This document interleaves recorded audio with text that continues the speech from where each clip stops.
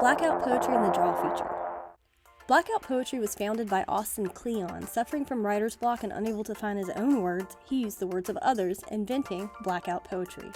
With the new Canva Draw feature, your students can easily create their own blackout poetry that centers around themes, motif, and diction in novels and short stories, or just for the sake of creating poetry.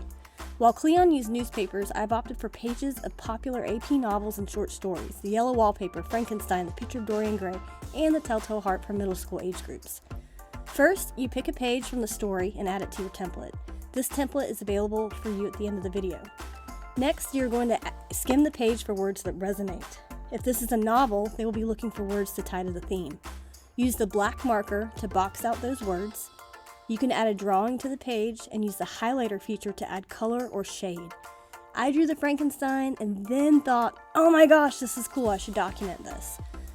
Next, you're going to black out the rest of the words, and you are left with a blackout poetry piece. Thanks for watching, and I can't wait to see all the pieces that you create with your students.